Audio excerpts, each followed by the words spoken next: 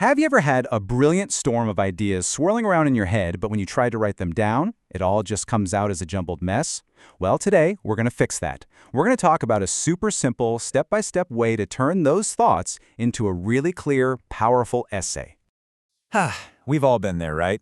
You've got the assignment, you know the topic, but you're just staring at that blinking cursor on a completely empty page. It can feel, well, kind of paralyzing, like you have nothing to say, even when you know your head is full of ideas.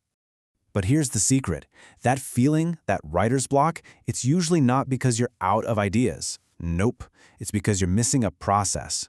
Once you have a simple method to follow, that blank page stops being this scary thing and starts to look like an opportunity.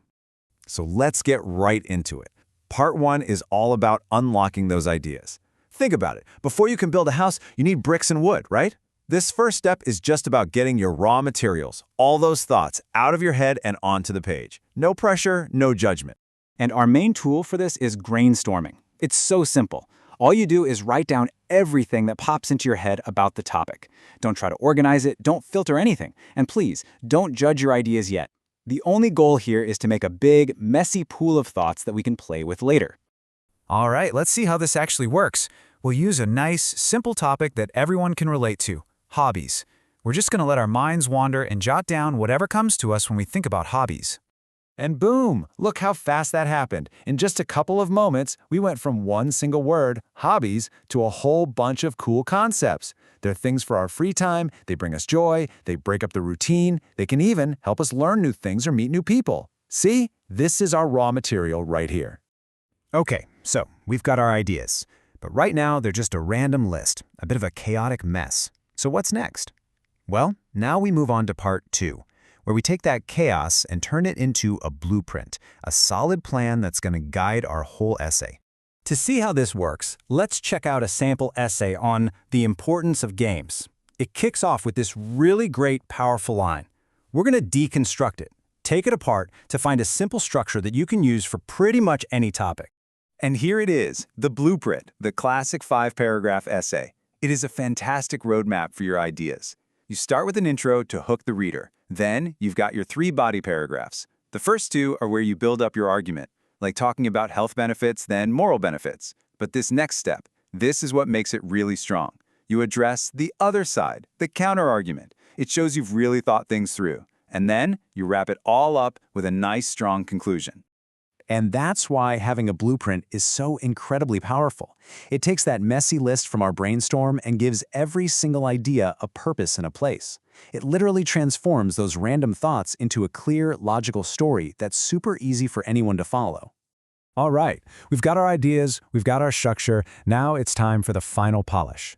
Let's talk about 4 golden rules that will take your writing from just good to great.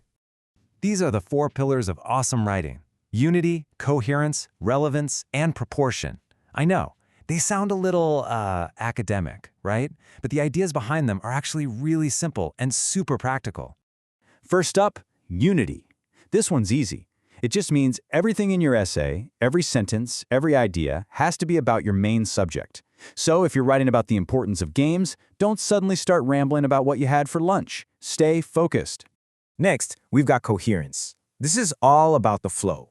You want your ideas to connect to each other smoothly like a gentle river. One thought should lead logically to the next, so your reader can just glide through your essay without any confusing stops or weird turns. And finally, we have 2 rules that are like a team, relevance and proportion. Relevance means you have to be a good editor. You got to cut out those little facts that might be interesting but don't really support your main point. And proportion, well, that's about giving your most important ideas the most space. It's kind of like a movie. You want to spend more screen time on the main character, not some random person in the background. Okay, so let's bring it all home. What's the big idea here? It's that good writing isn't some kind of magic trick. It's a process. And the best part is, now you have that process. Honestly, writing a great essay isn't some secret code you have to crack. It's a skill.